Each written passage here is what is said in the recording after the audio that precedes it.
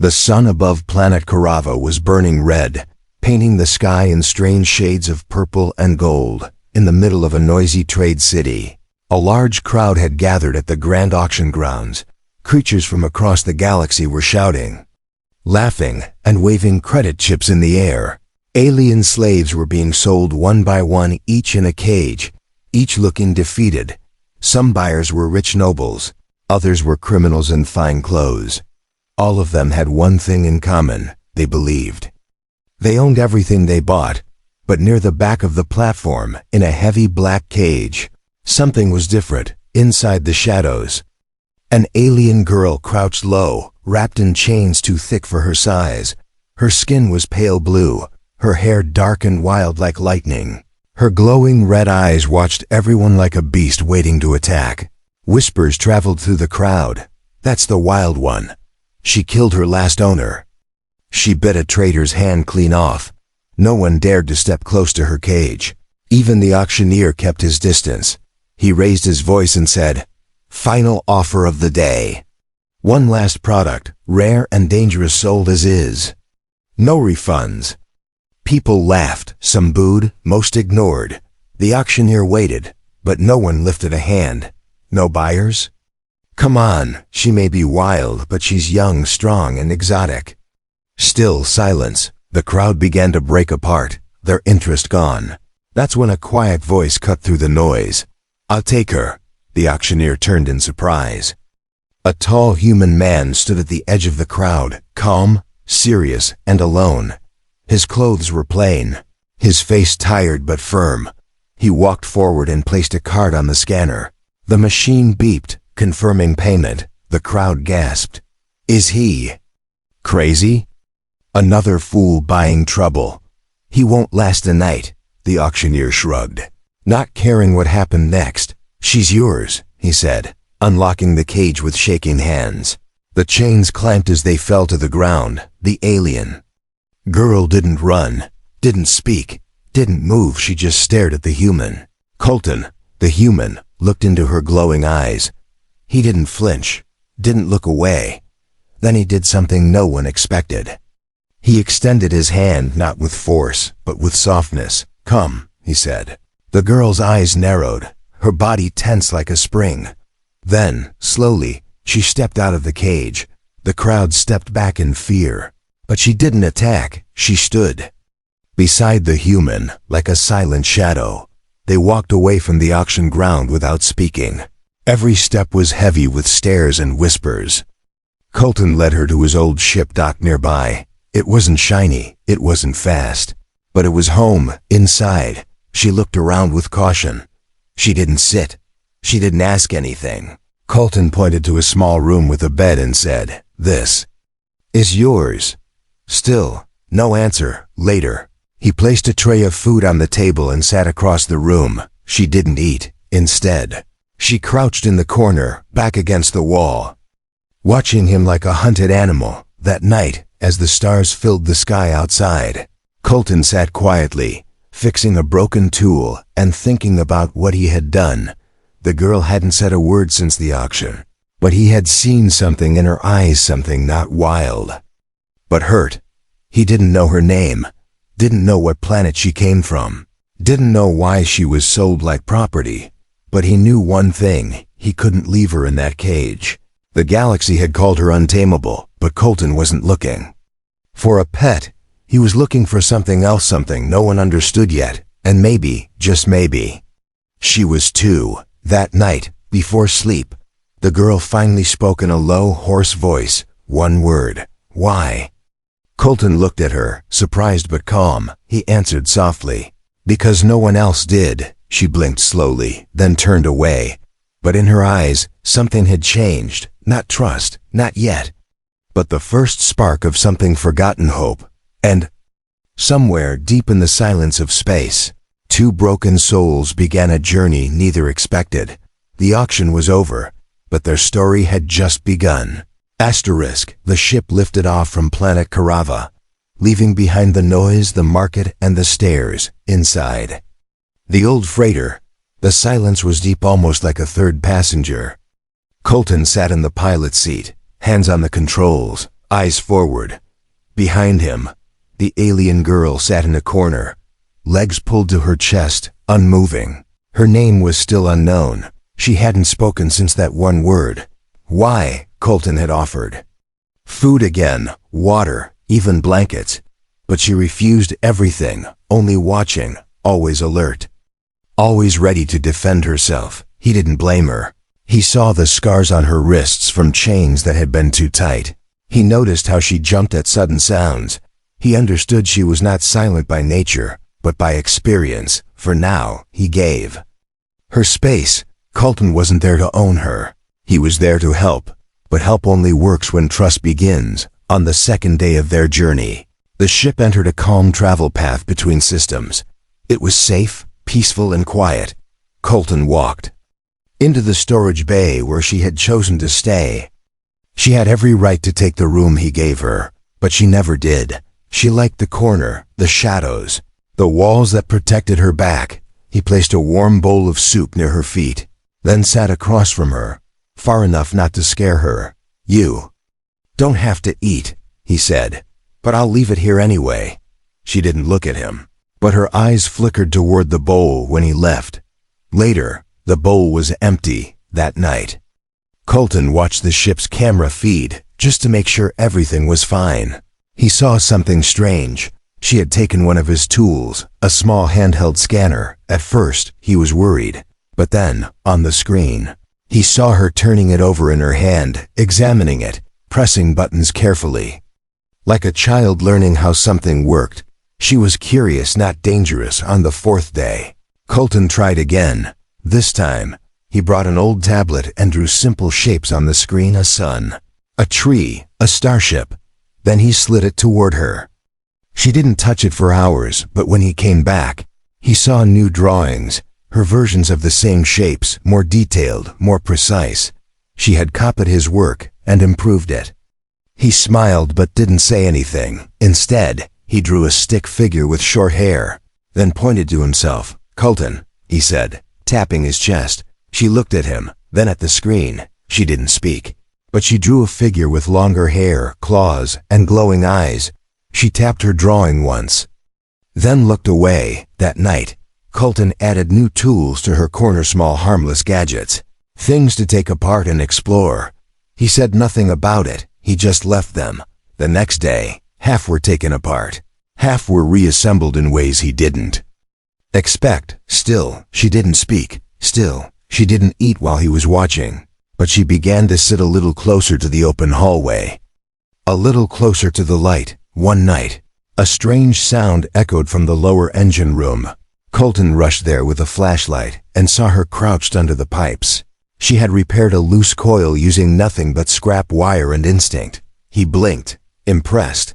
"You fixed that?" he asked. She didn't answer, but her expression was clear. She had. Slowly, the wall between them began to fade. Not fully, not yet, but something was changing. Each day, her silence became less like fear and more like choice. Each time she looked at Colton, her eyes were less sharp, less wild. There was still pain there, but less danger. On the sixth night, during rest hours, Colton walked past the bay and heard something soft. He paused, listened, and then realized it was a melody, a gentle hum, almost like a lullaby. She was sitting in the dark, knees hugged tight, and humming to herself in a language he didn't understand. But the sound wasn't angry. It was sad, lonely, beautiful. He didn't interrupt. He simply stood there, unseen, listening. Because in that moment, he knew she wasn't just surviving. She was remembering who she used to be. On the seventh morning, something new happened. She approached him slowly, holding a tool he had lost days ago. She extended it toward him, offering it like a peace token. Her hands were shaking, her claws slightly curled, but her eyes met his. "Colton," she said, broken and slow, not perfectly, not fluently, but trying. He smiled, gently taking the tool from her hand. "Yes," he said, "that's me." She nodded once, then, for the first time, turned and walked toward the crew quarters, not the cargo bay, not the dark corner, but the room he had offered her from the start. The chains were gone. The silence was still there, But the first step had been taken, not as a prisoner, not as a weapon, but as someone slowly becoming free. Colton sat at the control panel, quietly repairing a cracked circuit board. The ship hummed around him, steady and calm, but his mind wasn't on the wires in front of him. It was on her, the alien girl who now slept in the small crew room. He had placed a soft light in the corner, a blanket on the bed, and a translator screen near the wall. She hadn't spoken since that one word, his name, but she had stayed in the room. That was progress. Colton didn't expect her to heal overnight, but something had changed between them. Something quiet, something real. Later that day, he noticed her watching him from the hallway. She wasn't hiding anymore. Her arms were crossed, her face unreadable. But she didn't run when he looked up. Instead, she stepped closer and tapped her claw gently on the translator screen. Then she pointed to herself. Colton quickly opened the device and turned on the language input. She stared at the blank screen for a long moment, then slowly, painfully, she spoke one word. It came out broken, her voice low and hoarse. Zira. Colton paused, his fingers still. Your name? He asked softly. She nodded once. A name, at last, not a cage number, not a barcode, a name. He repeated it, gently. Zira.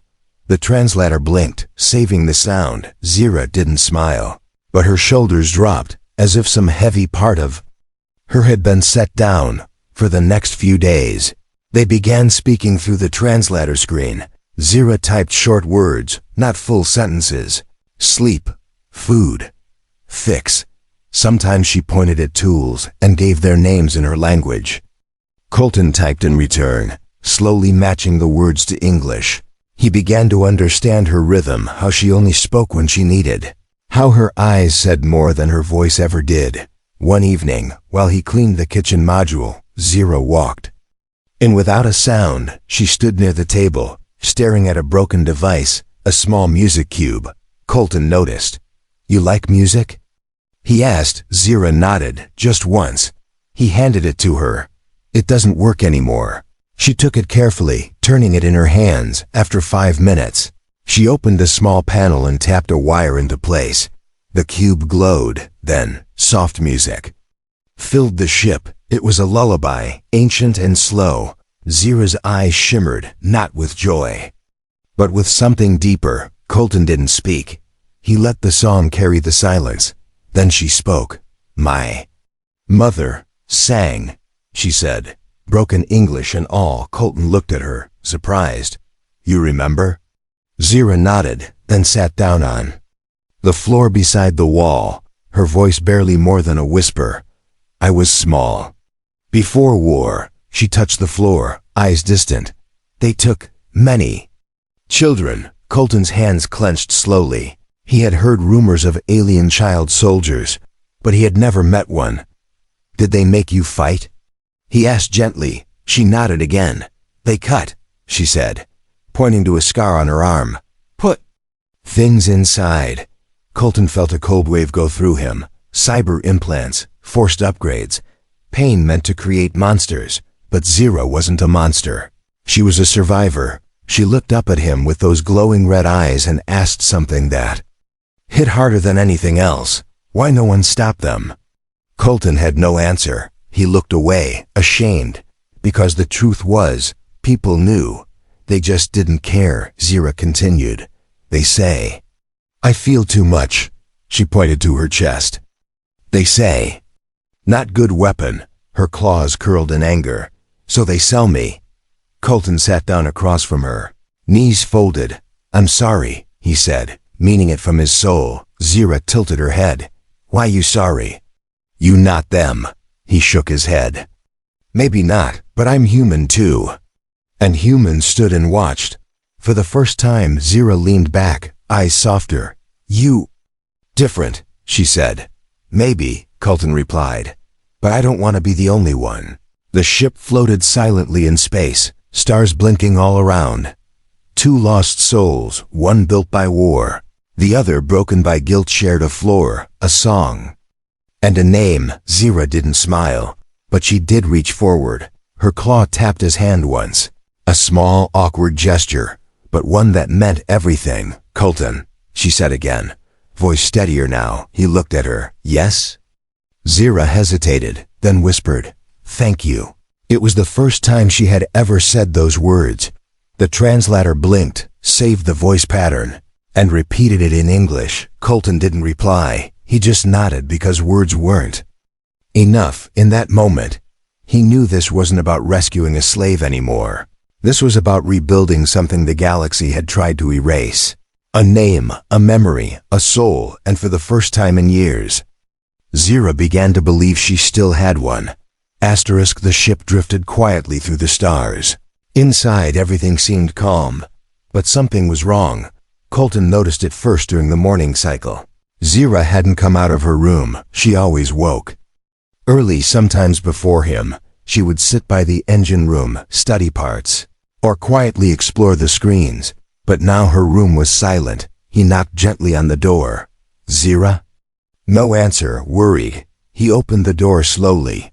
Zira was lying on the floor beside the bed, curled tightly. Her breathing was shallow. Her skin looked pale, too pale, and her forehead, it was hot, burning. Colton rushed forward and knelt beside her. "Zira, can you hear me?" Her eyes opened slowly, then closed again. She whispered something in her own language, weak and broken. He didn't understand the words, but he understood the fear. He quickly lifted her in his arms. She didn't fight. She didn't growl. She didn't even flinch, and that frightened him more than anything. He carried her to the med bay and placed her gently on the exam table. The ship's basic medical system scanned her body. It beeped and blinked, but none of it was built for her species. Her biology was too different, too complex. The scanner gave a warning: unknown fever, cellular imbalance, dehydration. Colton clenched his jaw. He had no alien medicine. He had no expert knowledge, but he had time and he had care. He wiped her face with a wet cloth. He connected a fluid line to her arm, hoping her body would accept it.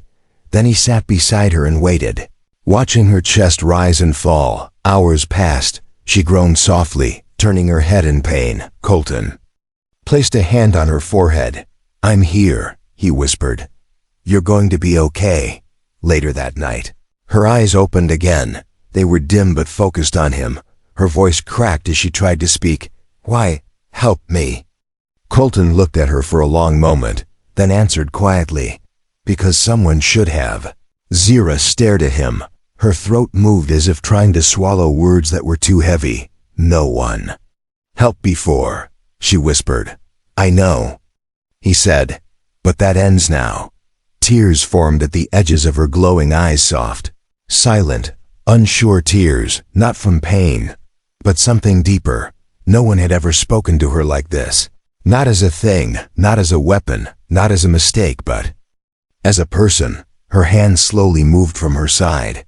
It shook as it lifted, then, slowly, gently, she touched his wrist. Her fingers, once claws that tore cages apart, now rested softly against his skin. It was her first touch that wasn't a strike, not a defense, not a threat, just a connection. Colton didn't pull away. He held her hand, warm and trembling. "It's okay," he said. "You're safe here." Zira closed her eyes. Her grip didn't tighten. It stayed gentle. She slept like that, holding on, as if afraid that letting go would return her to the dark. The next day, her fever broke. She was still weak, but the danger had passed. Colton made her a light broth and sat beside her as she sipped slowly. He didn't speak unless she did. He let her take the lead now. When she finished eating, she looked at him and said, "Why do you care?" Colton leaned back, breathing deeply. "I don't know," he said honestly. "Maybe because I've seen too much cruelty and not enough kindness." Zira tilted her head. "Do humans feel pain like me?" He nodded. "More than you know." She reached out again, not with fear, but with trust. This time she placed her hand over his heart.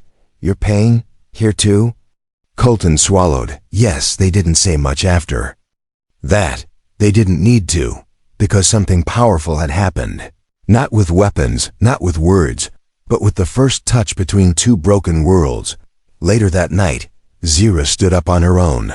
Still weak but steady, she walked to the window of the ship and looked at the stars.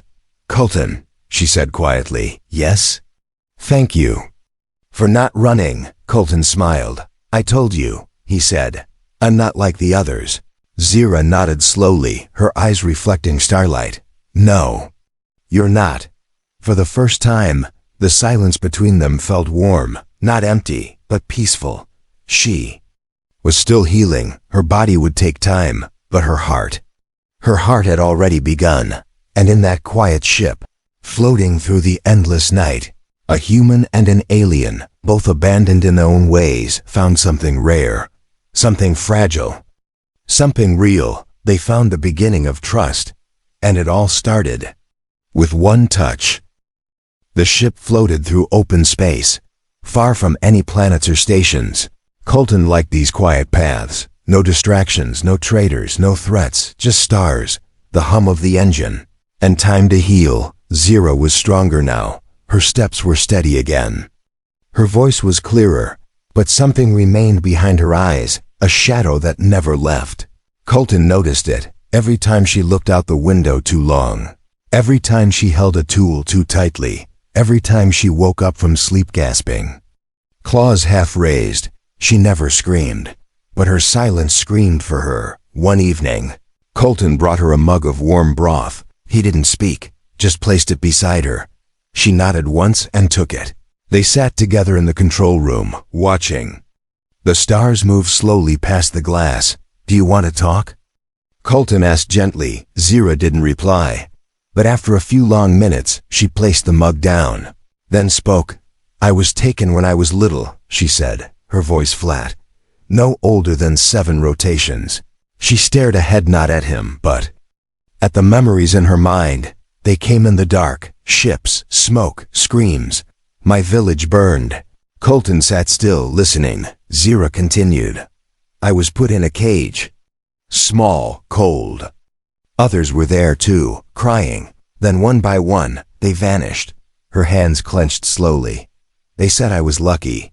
Said I had good bone strength and stable DNA." She let out a bitter sound, almost a laugh. "Lucky," she repeated. Quietly, they took me to a place underground. No sky, no sun.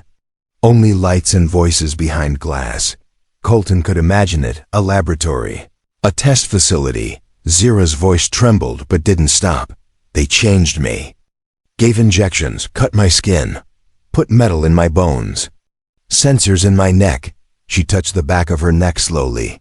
Colton saw a faint scar there, a straight line, barely visible. "I screamed. I fought, but no one came." Her claws scratched the edge of the table as she spoke. "Later, they made us fight. They said, 'Prove your worth.' They gave us weapons. Told us to kill the others or die." Colton's stomach turned. "Did you?" he began, but stopped himself. Zira nodded slowly. "I didn't want to, but I wanted to live. So I did what they wanted." Tears ran down her cheeks now, silently. "But one day I refused." She looked at him for the first time since she started. "There was a girl, smaller than me, scared, bleeding. I couldn't do it." Zira's voice cracked. "So I dropped my weapon. I held her instead." Colton's throat tightened. Zira went on. "They beat me, shocked me, called me defective. They said I was broken." Her hands trembled as she whispered. "So they sold me." She paused, breathing unevenly. "To fighters, to slavers, to pirates. One after another. Some hurt me, some used me, but all saw me as a thing." Her voice became sharp again. "I tried to escape, bit one, clawed another. That's how I ended up in the last auction." Colton leaned closer, his voice low and steady. "You're not broken, Zira." She blinked at him. "You're not a thing," he added. "You're alive. You're feeling. You chose not to kill. That's not weakness, that's strength." Zira looked down at her hands. "These hands, they did bad things." "No," Colton said. "They were forced. And now, those same hands repaired my engine, drew pictures, and held my hand." She closed her eyes, silent tears falling again. I still hear the voices, she whispered. I still see the girl. The one I couldn't save. Colton reached out and gently took her hand. She would be proud, he said. She would know you tried. Zira opened her eyes, looking at their joined hands. No one has ever said that to me, she whispered. No one ever listened. Colton held her hand tighter. Well, I'm listening now. They sat in silence again, but this time the silence wasn't heavy. It was peaceful, like a door had opened. Zira finally let go of his hand and sat back. Her shoulders lighter, her breath steadier. There are others like me, she said. Still out there. Still caged. Still waiting, Colton looked at her. Then maybe we find them, he said. Zira looked surprised. You would do that? He nodded. I didn't save you to lock you away again, Zira. You're not the end of the story. You're the beginning. For the first time she smiled, just a little, a small, tired, but real smile. She wiped her face and said, Then let's find the others. And with those words, the girl who was once sold as a weapon became something far more dangerous to the galaxy, a voice, a survivor, a fighter. But this time, by choice, the ship coasted quietly through the outer rings of the Traska system. No patrols, no traffic, just silent stars and forgotten moons. This place was off the charts, but that's exactly what they needed. Colton sat at the control panel, eyes locked on a flickering map. Next to him, Zira was studying a worn-out datapad she had stolen long ago from one of her traders. It contained names, locations, and codes, cages, cells, and auctions places where others like her were still kept. Still waiting, still suffering. This is it, she said softly, pointing at one blinking dot on the map. Facility 13. Colton leaned closer. Underground? Zira nodded. Hidden in old mining tunnels. She paused, then added, They take ones too young to fight. Too weak. Or too gentle. Colton's jaw tightened. He checked the ship's supply systems. Low on weapons, low on protection, but high on something more valuable: determination. Let's go get them, he said. As they approached the mining world, the ship cloaked its signal. Colton used an old trick, faking a broken fuel cell to slip through orbital scans. Zira handled the codes, rerouting the identity of the vessel. She used the very knowledge her captors had forced into her. To break their system, they landed in a canyon far from the main path. Dust rose around the ship as the engines cooled. The air was thin and dry, the sky dark orange with ash clouds. Zira led the way, her memory guiding them through twisting rock and echoing silence. They found the entrance hidden behind a rusted cargo lift. Colton used a tool to override the old lock. The door opened with a heavy hiss, revealing darkness, stale air, rotting cables, the smell of old pain. Zira stood still, her breathing steady but deep. This place, she whispered. I know the screams here. Colton placed a gentle hand on her shoulder. You're not alone this time. They moved through the hallways slowly. Zira took the lead, her steps light, quiet, sharp. She knew every corner, every blind spot. They passed rusted cameras, broken droids, and old chains hanging from hooks in the walls. Then they heard it. A soft cry, almost like a whisper. Zira stopped, eyes wide. That sound. She breathed, she rushed ahead, and Colton followed. They reached a large metal door, half broken. Inside were 3 cages, each with a child inside, 2 small aliens, and 1 hybrid. The children backed into the corners when they saw Colton. But when Zira stepped forward, something changed. She knelt beside the bars and whispered something in their language. One of the children crawled closer, tears in her eyes. Colton's hands worked fast, cutting power, removing locks, one by one. The cages opened. The children didn't speak, but their eyes told the story: fear, hunger, confusion. And then, hope. Zira hugged them gently. You're free, she whispered. You're safe now. Just then, an alarm sounded. The facility wasn't as abandoned as they thought. Red lights flashed in the halls. A loud voice echoed through the walls.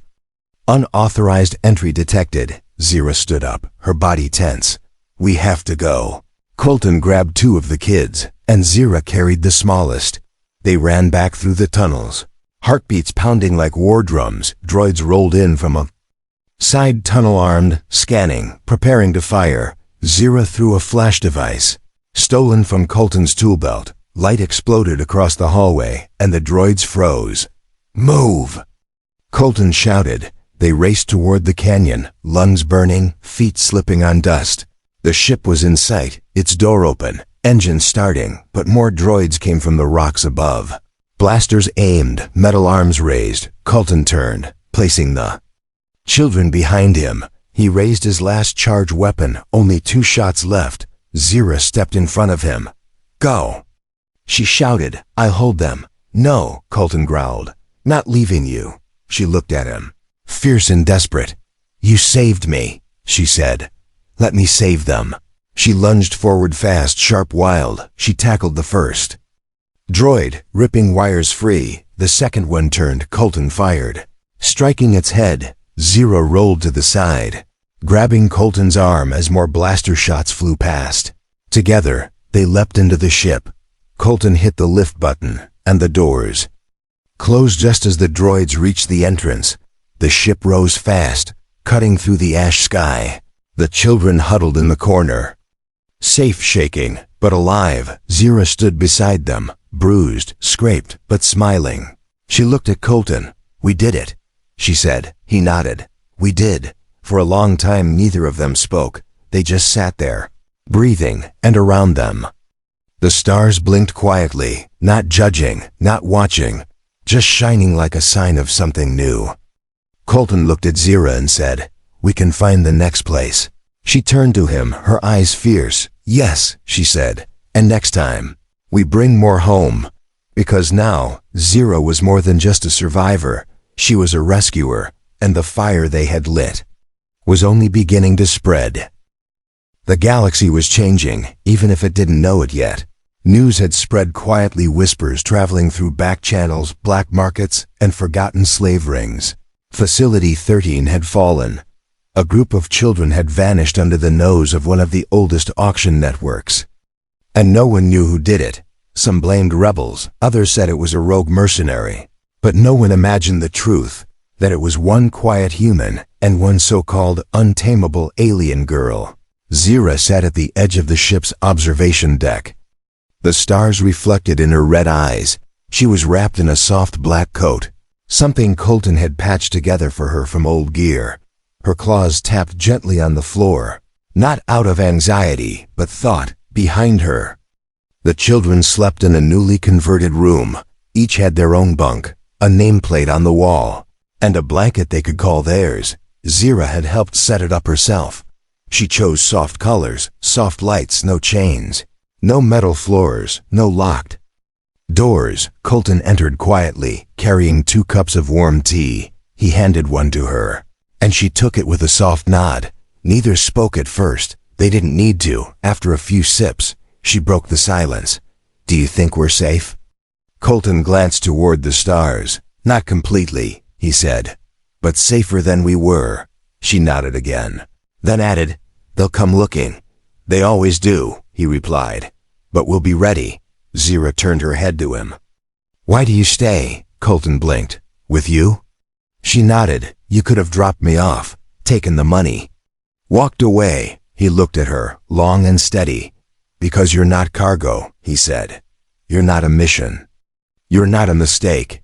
You're Zira. Her eyes shimmered again. Just like the first night she trusted him. You don't see what they see, she whispered. They see a tool, a beast, a danger. I see you, Colton replied. A girl who survived what no one should have survived. A girl who saved children and built hope from nothing. A girl who fixed my ship before she fixed herself. Zira looked down, hiding a smile. You say nice things too much, she said, voice soft. Colton chuckled. Maybe, he said, but every one of them is true. She looked at him again this time, with something different in her eyes. Not fear, not anger, not just trust, but something warmer, deeper. She reached out and placed her hand on his. This time, her grip was strong, steady, not afraid to connect. "You gave me more than freedom," she said. "You gave me a name, a reason, a future." Colton turned his hand and held hers fully. "And you gave me something too," he said. "You reminded me that one person can still make a difference.